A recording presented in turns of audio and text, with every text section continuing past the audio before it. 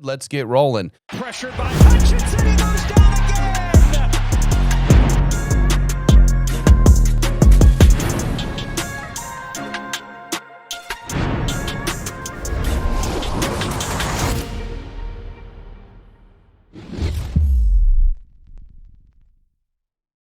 I just got to ask a quick question because I was thinking about this last night. This is the toughest question I think you could ask anybody. How do you handle Lamar from a defensive standpoint? What should the Lions be doing from your perspective to give him some trouble on Monday night?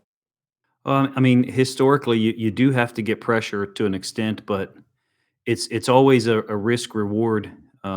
In my opinion, the teams who have been able to mitigate it are the teams that at a certain point just say we're going to force the ball out of his hands, because the longer the ball is in his hands on a given play, I don't want to say the more dangerous he is, but I believe that the effectiveness of most quarterbacks reaches its apex, if you will, a maximum, however many seconds after the snap. For Jared Goff, it's probably like 2.8 to 4 seconds after the snap. That's his maximum effectiveness.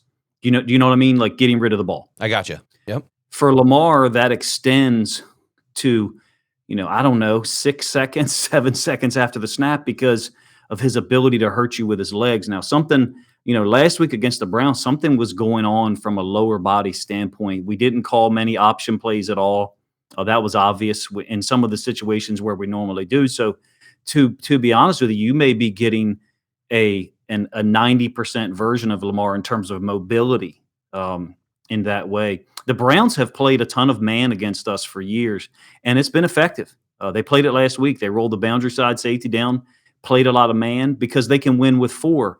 All due respect, it's not the same quality of pass rush for the Lions. So I think the equation for the Lions might look a little different in terms of generating that pressure and ensuring that you do get the ball out of his hands as quickly as possible. It's difficult because they've got so many weapons now, obviously. It's game time, Detroit, and you found the right place for the latest Detroit Lions news.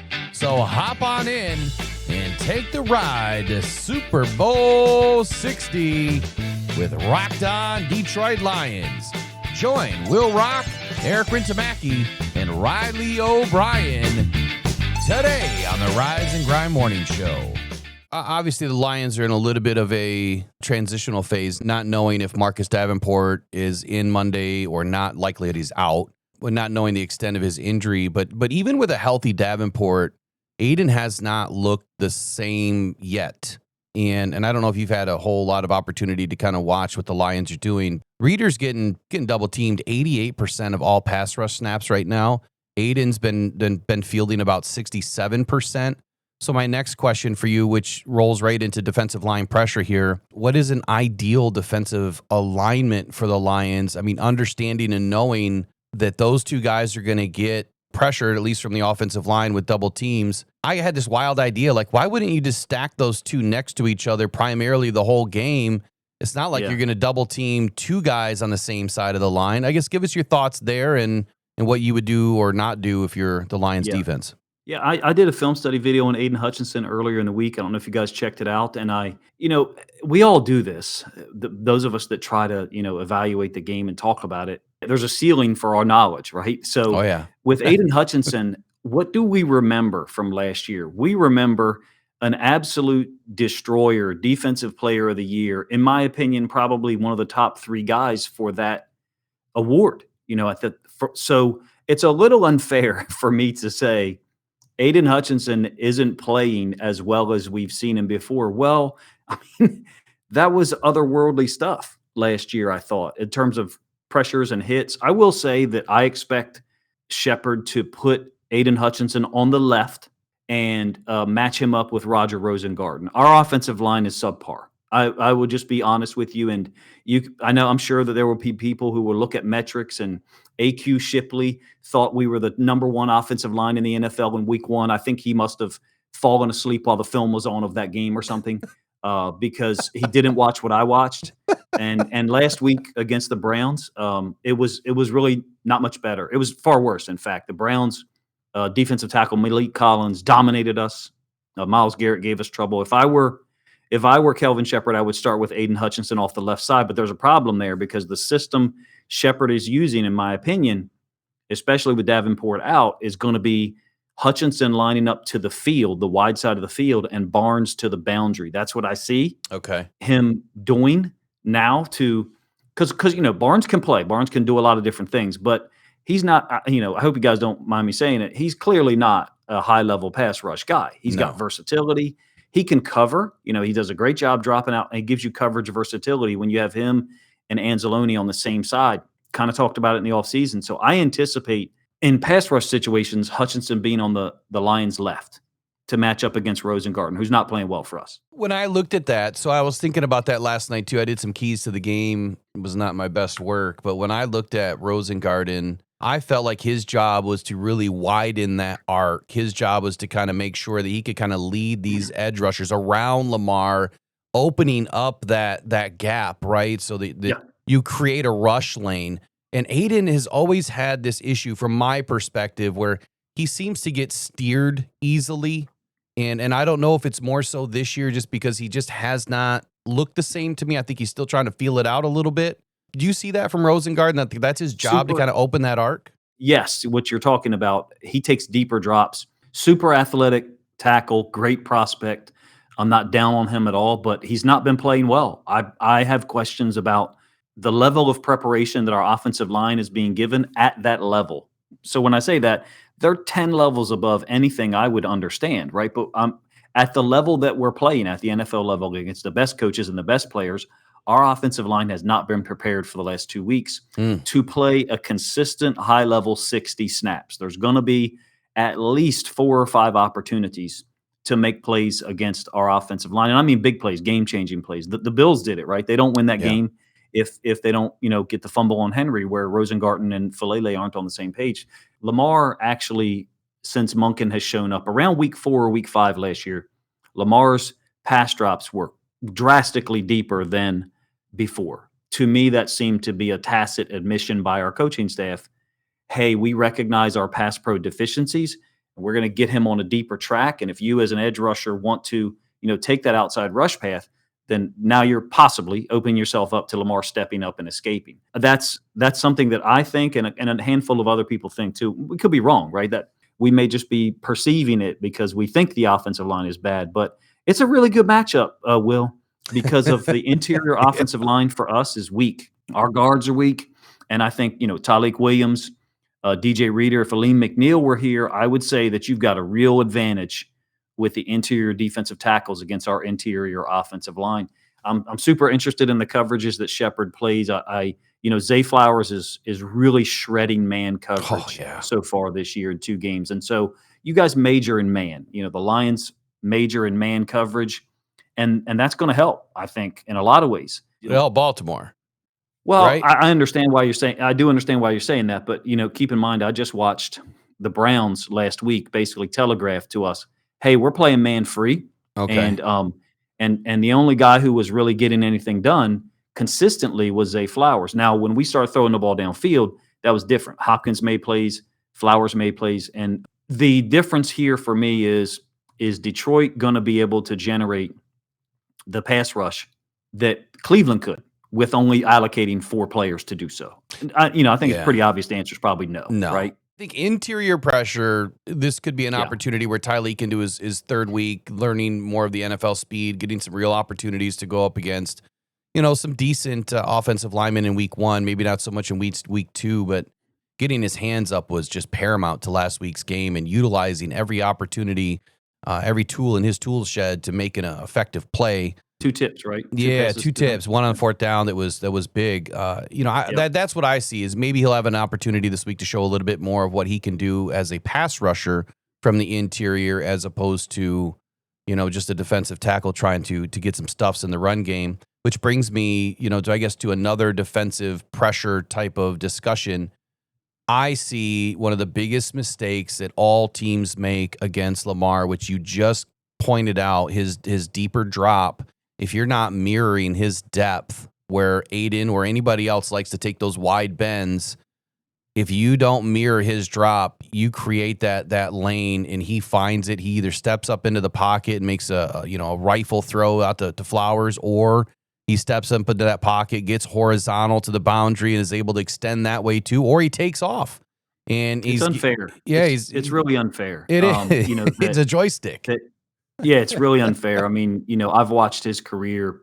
He's my favorite player. So the listeners, make sure that you take that with a grain of salt, I guess. But I'm trying to give you my honest opinion. It's unfair to have a supreme athlete, at quarterback at all of football.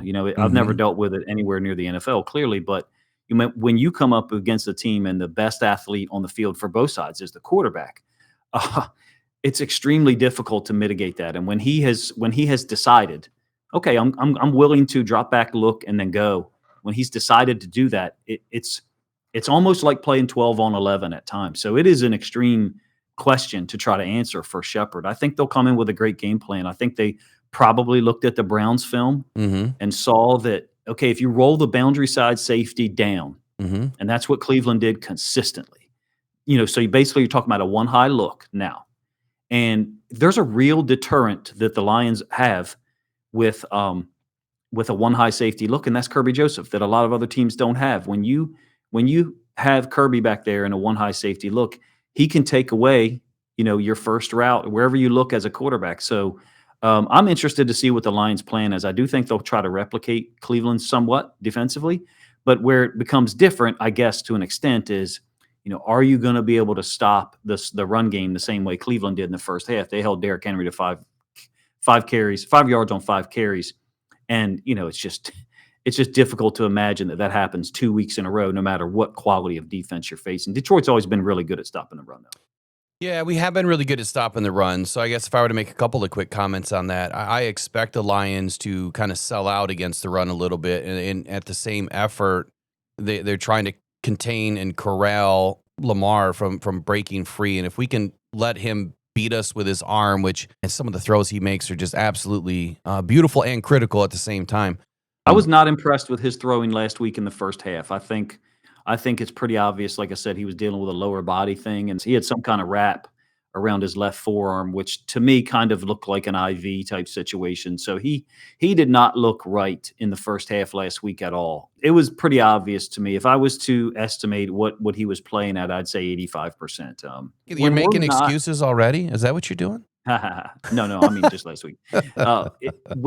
For me, it's always been a indicator to his health. How often and how early are we calling option plays?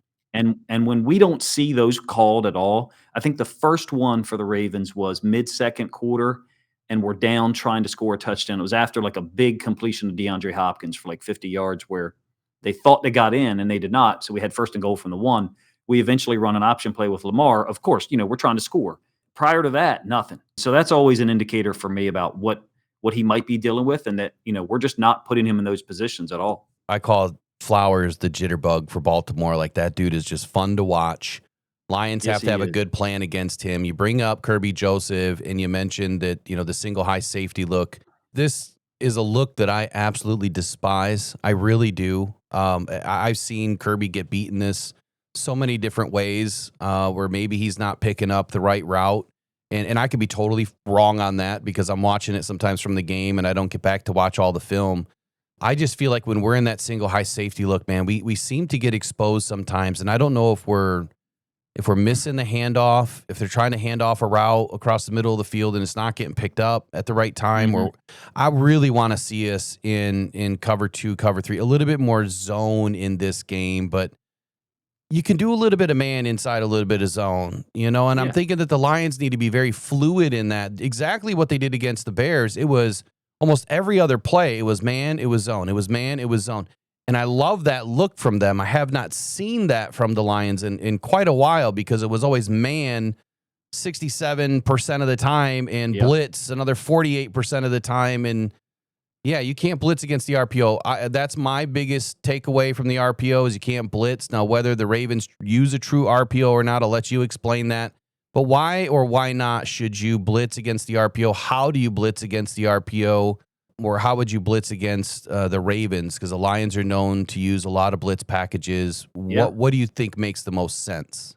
I think it starts with the boundary side safety, and I don't think it's a Lamar thing. I think it's a Todd Monken system thing. Meaning, if you line up defensively and your boundary side safety, whether it's 11 personnel or 12 personnel, whatever, is sitting in a too high alignment, Todd Monken's going to the boundary. It's very similar to Ben Johnson. The last 2 or 3 years, his attack to the boundary, I felt like was oftentimes a reaction to a too high safety look where the will linebacker is somewhat isolated into the boundary. I will tell you that's what we're going to do on defense. We're going to be in a too high safety look, and our will linebacker to the boundary is going to be exposed. And I think the Ravens defense is absolutely in trouble to the boundary. We've got a rookie Teddy Buchanan, and I'll leave it at that. And then we've got Trenton Simpson playing will linebacker. Both of those guys, I think, are at exposure to get attacked by Laporta, Gibbs, St. Brown into the boundary. So I think really from a Monken system standpoint, rolling the boundary side safety down makes a lot of sense. And to me, that guy's going to be Brian Branch. I think you're going to see a Meek as the nickel to the field. Yep. And then Branch down into the boundary, because if I'm charting the Ravens offensive plays in the last year or two, a hit chart, where are they attacking?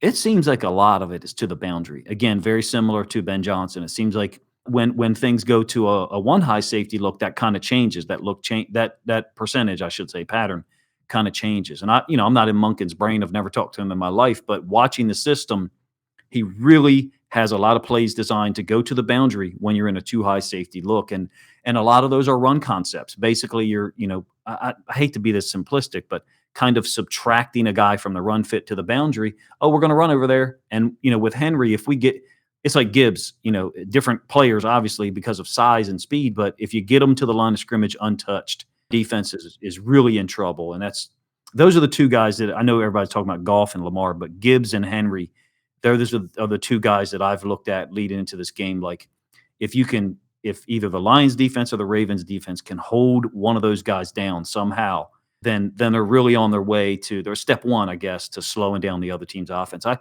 think we're going to be in for a shootout. I think it's going to be a 31-30 type game, and I might be way wrong. Maybe even 38-35, something like that.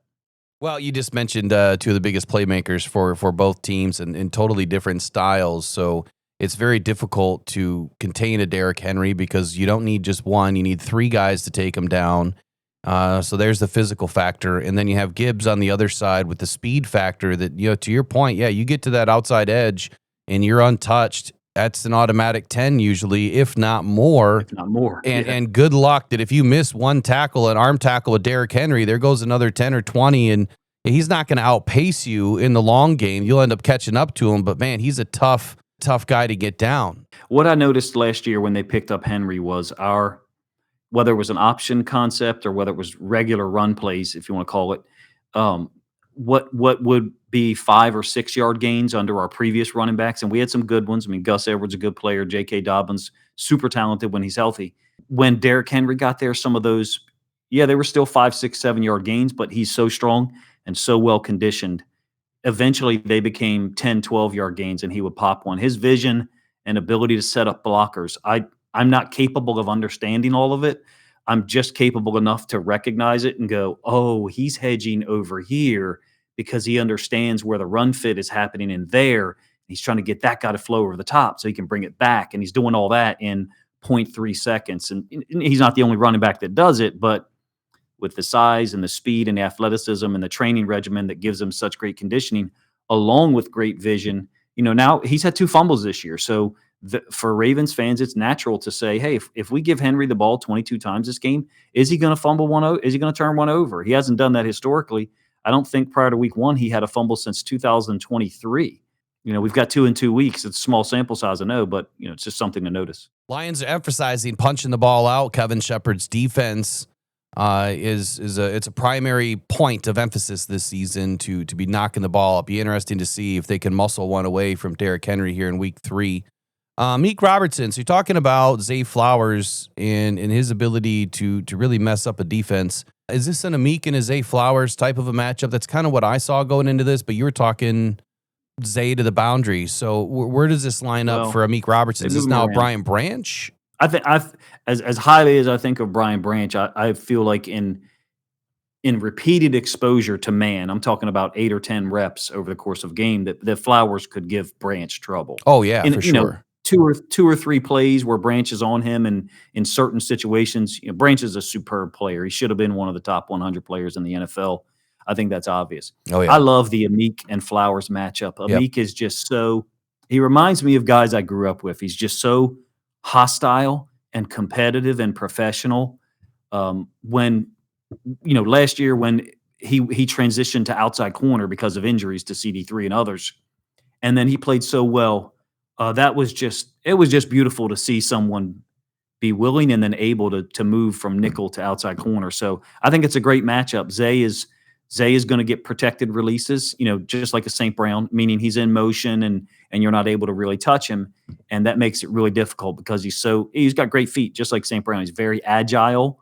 And Amik is going to be put under stress in those man situations. I look to see if Shepard shows man on motion, like Flowers motions across and Amik goes with him and roll down, but then drop into a zone to some man or to change the look. So I think it's a great game. I just can't believe that one of these teams is going to be 1-2. I'm just blown away by that. Zay Flowers in motion is a tough get. I mean, he's gonna get some action. He's gonna be able to do some damage to this defense. If he is in a stationary alignment and Amik is able to head him up 1-on-1, I would say that has an opportunity, Amik does, to win more of those opportunities than with Zay Flowers in motion. Kind of what you were saying exactly there. Talk Baltimore defense, man. Marlon Humphrey sounds like he's good to go. What else is going on with this Baltimore defense? It's going to give Jared Goff and Amon-Ra St. Brown and Jahmyr Gibbs any fits this Monday night. I said to a Baltimore area podcaster that I went on his show, I think Tuesday night, that because it's a small sample size, because they're playing in week 3, that could work to the Ravens' advantage somewhat in that Goff is so prepared. Goff is so in tune with what particular alignments and reactions pre-snap mean to the coverage he's getting post-snap. I think Goff is one of the best guys in the league at recognizing your look and then knowing how to attack it with the play that's called or the secondary or third option that he was given. So because this game is in week 3, I wonder if he just doesn't have a huge sample size to look at. I'm not as pleased with the Ravens defense as so many others were last week against the Browns. I get it. We got stops on the first 6 possessions, but Joe Flacco played really, really poor. And the Browns' offensive structure and their talent level on offense is 3 to 4 levels below the Lions. It's not even in the same stratosphere. So I feel like the Ravens last week played a subpar team. Let's put it that way from a defensive standpoint. And so we looked really, really good. Now we do go right and left. So what I mean by that is our left corner is Nate Wiggins. Our right corner is either Awuzie or Jair Alexander. And then our left safety is Kyle Hamilton. Our right safety is Malachi Stark. So for Goff, he knows who should be on each side. And when he gets a different look, right, Kyle Hamilton on the quote wrong side, Goff knows something's up. You know what I mean? So that's my point with Goff. That's the easiest example I can give. How much data has Goff had to really prepare himself intimately for those critical 3rd and 6s? Okay, I know it's this coverage, and I know exactly what play to take advantage of it. If these teams were playing in week 8 or, hopefully we get to see them in the Super Bowl, then I think, there'd be so much data there for Goff. I would expect him to be in the, 28 of 35 passing range or something like that. The super efficiency rating, because he just knows what you're in, and you just can't give Goff all that information pre-snap. So I'm not in anywhere near the level of confidence in the Ravens defense that a number of other Ravens fans are. I'm just not in that place yet. It's game time, Detroit, and you found the right place for the latest Detroit Lions news. So hop on in and take the ride to Super Bowl 60 with Rocked On Detroit Lions. Join Will Rock, Eric Rintamaki, and Riley O'Brien today on the Rise and Grind Morning Show. this could be a high-scoring game because the Lions' defense has not shown that they're capable, outside of the Bears, they're not capable of really shutting an offense down just yet. Right now, you have Matabuiki and Patrick Ricard, Kyle Van Noy, and Nate Wiggins on the DNP list as of yesterday. If they don't play, which it's trending that way, how does that change anything for Jared Goff with Nate Wiggins out of the ball game? I mean, Wiggins would be a big loss, don't get me wrong, but Matabike's even bigger. Matabike is he wasn't healthy last week. It was pretty obvious from watching the film.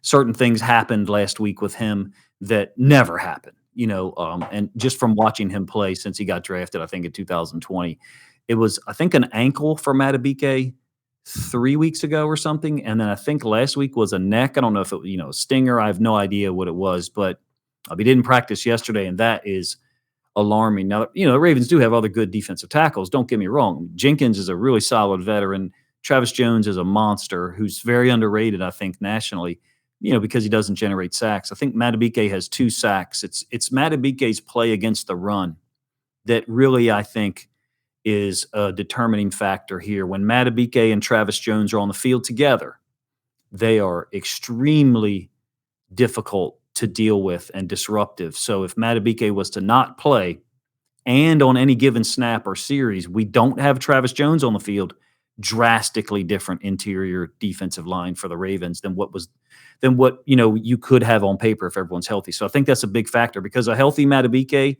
and Travis Jones, I think, to be honest with you, I hope you don't mind me saying, I think those two are going to really cause problems for the guards for the Lions. We've got a young offensive line, and I'm hoping that Tate Ratledge and Christian Mahogany continue to take that next step up this week against the Ravens. To your point, man, great point. If Matabuike is out and you do, have some options where Jones is not in the game, or some plays that Jones is not in the game with him, that's a lot of inside zone opportunity for Gibbs and for Montgomery. My guess would be if both of those guys are off, then Jenkins will be on, because Jenkins is really good against the run, but isn't going to give you much against the pass. So I think the Ravens probably activate Brent Urban for this game, who's kind of like I don't even know how to describe it. He's a guy that's been around in Baltimore forever, and he'll get like 6 snaps one game, and then the next week he'll play 32 snaps and make 5 tackles, and you're like, why aren't we playing him more? It's just the most unusual situation, but it's a huge asset that he's willing to come to Baltimore every year for about $1 million.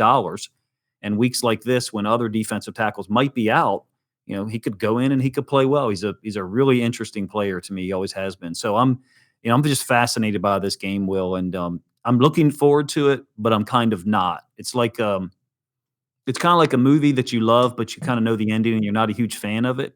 I don't know the ending, obviously, but other than the fact I know one of these teams loses, and that's never fun for me to see either one of them lose. And so I can't really root for a tie in this point in time, so it's just tough. It is a tough game, especially, you're a Ravens diehard fan, and you're an adopted super fan of the Lions now too. So Absolutely. we love having you around, man. We always appreciate all of your breakdowns. If you guys haven't, make sure you check out all 22 films on YouTube. Do you have any sort of a prediction or anything else that you wanna finish this conversation out with? Because I think so highly of what the Lions do on offense and all the talent that they have, it's just difficult to imagine for me that the Ravens hold them to like 21 points. I think the same thing that I thought heading into the game in 2023, that because of how efficient and how professional the Lions are on offense, that it's just going to be difficult to hold them down. And I have the same opinion of the Ravens offense on the other side. So for that reason, like as a floor for both, let's say the Lions turn the football over twice. I still think they're going to score 21 points. Let's say the Ravens turn the football over twice. I still think they're going to score 21 points. And so the reason why I'm starting there is I just don't see a situation where we're not in a 24-21 game early in the fourth quarter, or I don't see a 45-42 game here. I could be wrong. So, 34-31, 31-30, something like that. Turnovers being a huge determining factor for both teams, for that matter. I don't foresee anything like 2023 where, just can't get anything going offensively for the Lions, and turnovers are a factor. Just, it's not the same level of defense for the Ravens at all. Another factor. The Ravens have not been sharp there, in my opinion, from a punt standpoint, from a penalty standpoint. I don't think we've been great on kickoff. I don't know what the data and metrics look like across the league as far as the Ravens, but just watching the game, we don't appear to be as sharp on special teams as we would like. We're fortunate, very fortunate, to get a quality kicker, a rookie Loop. After we had to get rid of Tucker, so we're good that way, in my opinion. But special teams is not a strength for the Ravens in the way that I think it generally has been for the Lions. Yeah, Lions special teams has been fairly good, man. In this season, you've seen it really come to life, even in the Bears game where, the Bears kicking the ball out of bounds. You can't do that. You can't give this Lions offense additional yardage to start their drive. But yeah, to your point, I'm kind of in the same boat with you. I see, quite a few points going in this game. I'm just hoping that the Lions defense makes one more stop than the Ravens. It's going to be a great game on Monday night, all 22, always a blessing. Love having you on, man. Appreciate you. And look, go Lions, man. But we'll talk again next week, I'm sure. Yeah, absolutely, man. Thanks for having me on. Pressured by Hutchinson, he goes down again.